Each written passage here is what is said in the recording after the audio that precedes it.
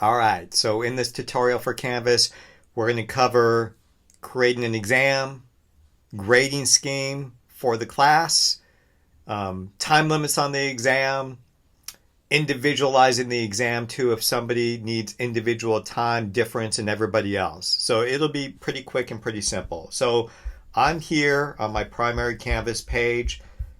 I set up just a test shell, very simple one. Takes us here to our home page. The first thing that you want to do actually is click on the settings link.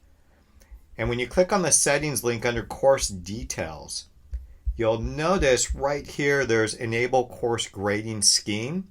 If you click on that, set grading scheme, you now have a grading scheme so that Canvas itself will show the students what their grade is. This is a standard one. We don't use minuses and pluses at Southwestern College, so I would advise you to click on another scheme. And then we have the general grading scheme that's already in there by default. You just click on that and you notice that's a 90 to 100 scheme.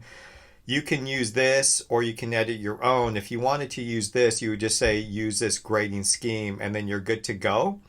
You could also, and then you would say done. And now you've got that grading scheme enabled. If you wanted a different one and you wanted to personalize it, you have this. You can then say manage grading schemes. And when you do that, you notice that all these different grading schemes pop up. This was the general one that we just used.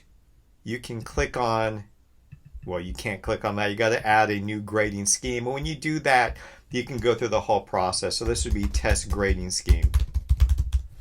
And then we can change it. And again, we don't use minuses here at Southwestern and pluses. So I'm just going to get rid of those minuses and pluses just so that we have a simple A, B, C, D scheme and F. Although nobody gets F, so I don't even know why we have that. So there you go. Now you can change the range. If I wanted to be an 87 to 100 scale for an A, I could do that. If I wanted the B then to go up to 87 down to, let's say, 70% because I'm extraordinarily generous, and then 70 to 60 for my C range, and then 60 maybe to 50 for my D, and then anything lower than 50 is an F. I can save that, and I can use that one now. That could be my new grading scheme. So you can do any types of grading scheme that you want, and again, it's just good to do because it makes things simpler for you down the road when you go through your grading process. At the grades that the students look at, it'll give them the percentage and it'll tell them what their letter grade is. Now, you can also tell them, hey, I've got some flexibility, and if you see your grade is like 1 point away from the next grade, I'll give it to you, and that can ease their mind.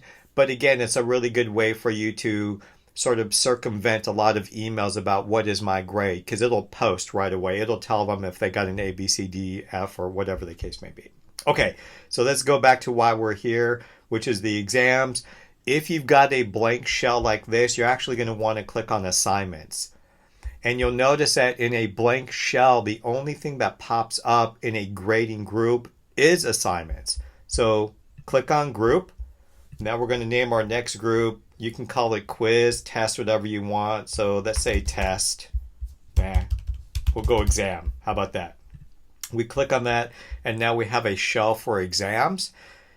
So next thing we're going to do is we can click on the plus sign here. Now, if you already had an exam shell set up, you can just click on quizzes, right? And now you've got course quizzes, and you notice in this shell I have nothing. So I'm going to click on plus quiz, and I'll name this exam 1. There we go. Exam instructions, you just put them in there. So answer everything the best you can. Good luck. Have fun. There you go. The quiz type is a graded quiz. If you click that pull down menu, you've got practice quiz, graded surveys. We're just going to keep this as a graded quiz. Now the assignment group is going to be exam. So if you have multiple exams, then the students will see on their grading spreadsheet when they click on grades, which is right here, they'll actually see exam, and it'll give them a running average of all their exams put together. It's a pretty nice system. So they'll be able to see exactly what they're doing with regards to exam. Even if you only have but one exam, it's still nice to separate an exam grading group with an assignment grading group. It's just cleaner to do it that way. Okay, so if you have a multiple choice exam, you can have shuffle answers, or you can just leave that blank as default. Now here's where you set the time limit. Let's say you give the students, it's a final exam. So that's usually twice the value. It's usually, 2 hours? So let's say you gave them 120 minutes to take an exam, but because you're generous, you're going to give them 150. So now you give them 150. I presume you don't want to allow them to have multiple attempts, so you just leave that alone. If you wanted to have an individual student who can have a multiple attempt, you can do that, and I'll show you how to do that in just a second. Here you can let students see their quiz responses. Incorrect questions will be marked in student feedback. This is something you can do where students will take the exam and they'll see what they got wrong right when they click submit. You might not want to do this if you're concerned about kids calling each other on the phone and one kid doing the exam before another kid, and they say, hey, I did this problem and I got this problem wrong. They might talk to their friends. And so I mean, there could just be some security issues. I actually let the students see their quiz responses. So I leave that on, but you can take it off if you want. You also have choices only once after each attempt, or let the students see the correct answers. I actually don't do this. So I don't let students see the correct answers. I'll let them see if they got something wrong. And my hope is that they'll do some studying and they'll figure out what they did wrong. I always like to show one question at a time. I don't lock questions after answering. So a student will see one question at a time, and I like to let them go back to it. If you click lock, then they can't go back to it, right? So I wouldn't click lock. I would let them do one question at a time. Now, if you want a quiz restriction, you could have the student have an access code, and you can give all the students a password.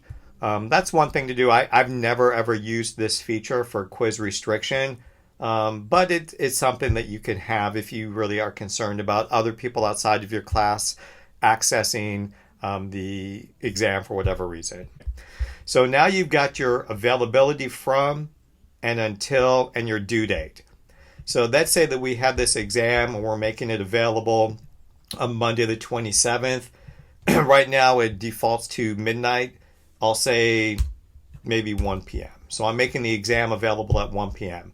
And then I'm going to close out the exam on maybe April the 30th. And I'll close it out at 11:59 p.m. That's default in there already, but I'll still add that just to be sure.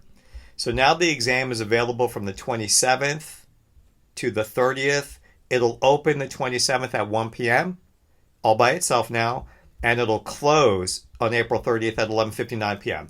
So if a student starts the exam at 11:30 p.m., they are only giving themselves 30 minutes because that exam will shut down at 11:59.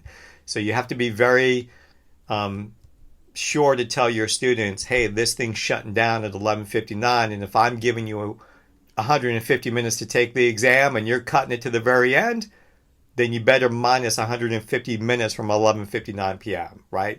I always tell students, especially if I give them multiple days to take the exam, I advise them you don't need to take it right away, but don't wait till the last minute to do it. Because if technical issues pop up, whether it's internet crashing or their computer freezing, and by the way, you will always get those excuses, you give them a cutoff time. You say, I understand that everybody's got a busy schedule. I completely get that. But if you choose to take the exam at the last minute, and that's just the only time you have to take it, unfortunately, I can't be there to help you if there's a technical issue. So they just need to be very cognizant of that.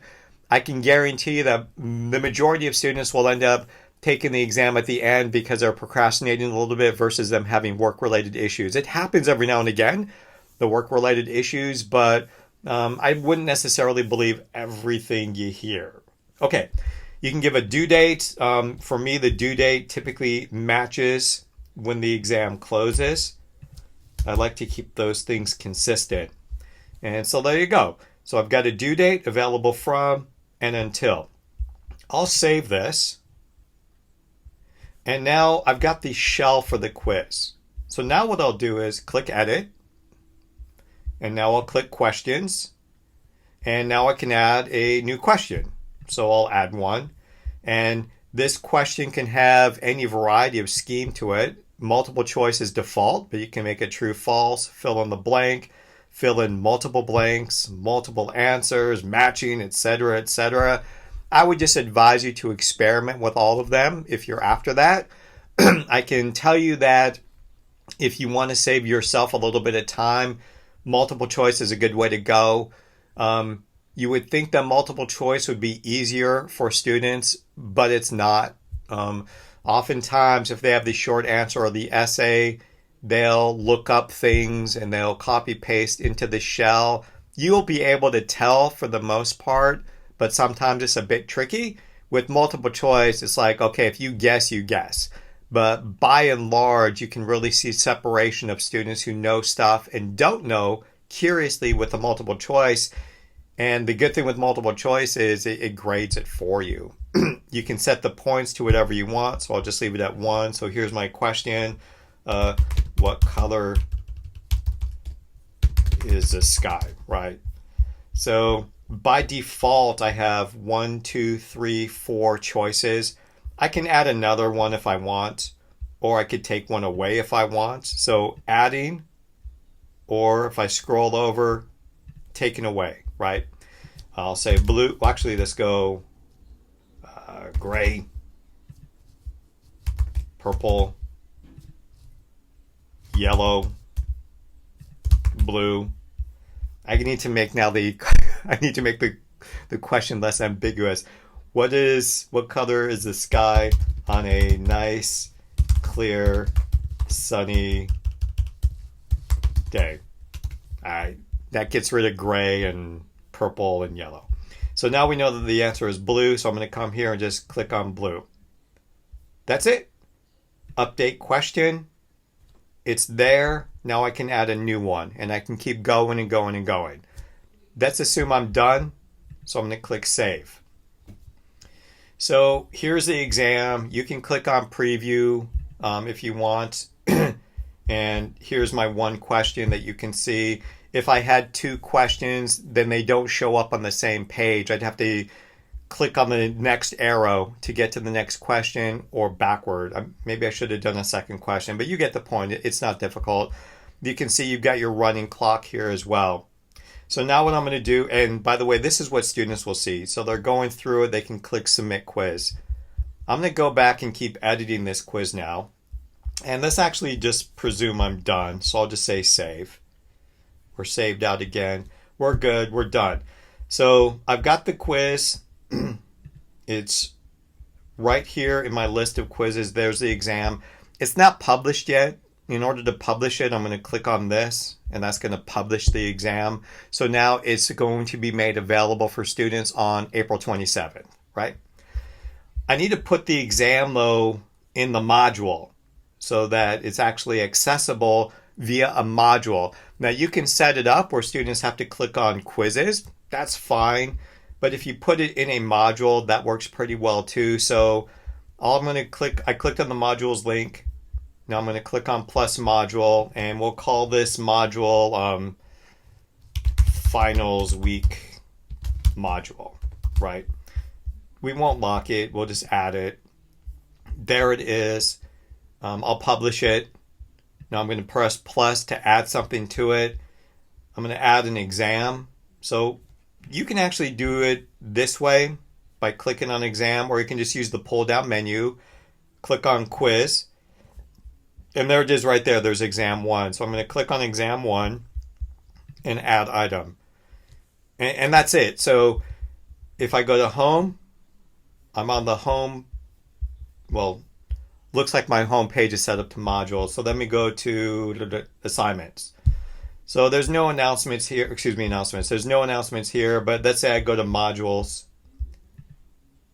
there's my module right there for exam 1. So I've created the exam. So up to this point, we've created a grading scheme and we've created the exam, right? And we published it. Now let's say that you've got a student, maybe one student, who you want to give more time to. You don't want them to have 150 minutes. They're using DSS, so maybe they get time and a half. So now what you're going to do, let's click on quizzes, and we will click on exam 1. And now you'll notice the link here, moderate this quiz. So you click on moderate this quiz, and you'll notice I have a test student. I don't have a student in this shell, but it's a test student. So that's going to serve our purpose. Imagine I had a whole list of students, right? So I'm choosing this one. I'm going to click on the edit button, and now I can give them extra attempts. Like every student only gets 1 attempt, but let's say I want to give this person 2. I can give them 2 attempts. Let's say I want to give them extra time. So again, you can see that they've got 150 minutes. If we give them time and a half, that means we're giving them 150 plus 75. So that's 225, right? So now this person, actually I don't want to do that. Whew. We want to give them an extra 75 minutes. I just gave them a ton of time. So now their extra time on every attempt is 75 minutes. They now have time and a half. They've got 150 plus 75. And we're going to click save. Okay, so that's it. You've done it. So now you've given that individual student an extra 75 minutes on each attempt. You can do this clearly for multiple students. If we just had a whole list, we just click on the edit button and so on and so forth. Okay, so that's it. Got the grading scheme. We set up the quiz, published it. We went to moderate this quiz, so we gave a student extra time. All right, so that's it. If you guys have any questions, just reach out to me. Let me know what you need, and I'm happy to help you guys out any which way I can. All right, that's it. Bye-bye.